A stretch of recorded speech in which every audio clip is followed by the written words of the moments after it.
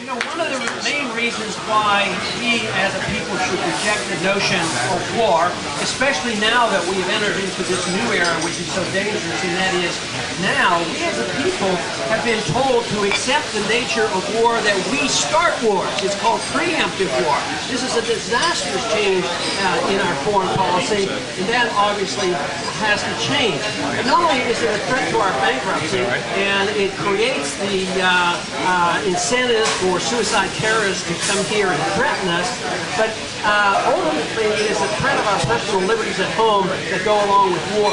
So whether it's a war in Iraq, or whether it's a war against drugs, or a war against poverty, or a war against the taxpayer, or whatever, anytime they declare war, watch out. Your liberties are going to be taken from you. Yeah.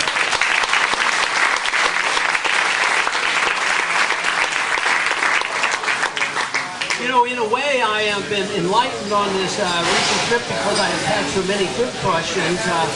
Just yesterday, I had a priest attend one of our meetings, and he very, very studiously understood exactly what was going on. And his question was an honest question. He says, do you think that the President is capable of using these newfound powers, new declared powers, to declare martial law? And he's absolutely right. They're on the book. I don't know that answer. Let's hope and pray that that doesn't happen. But there are so many more powers on the book today, whether it's the cancellation of the Insurrection Acts and posse comitatus, whether it's the elimination of habeas corpus and the warrantless searches, and there is no privacy left. So we are greatly threatened by our liberties.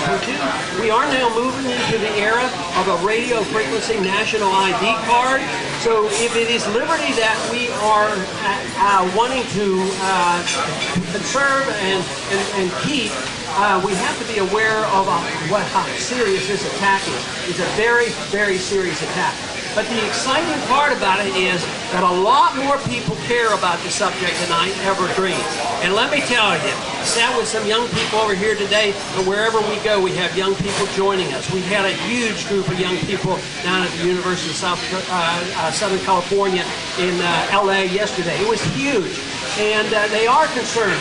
So young people will join this, and they're not looking for promises and handouts. They're looking for their freedom, and they understand that there's been a great burden placed on them financially and a threat to their liberty.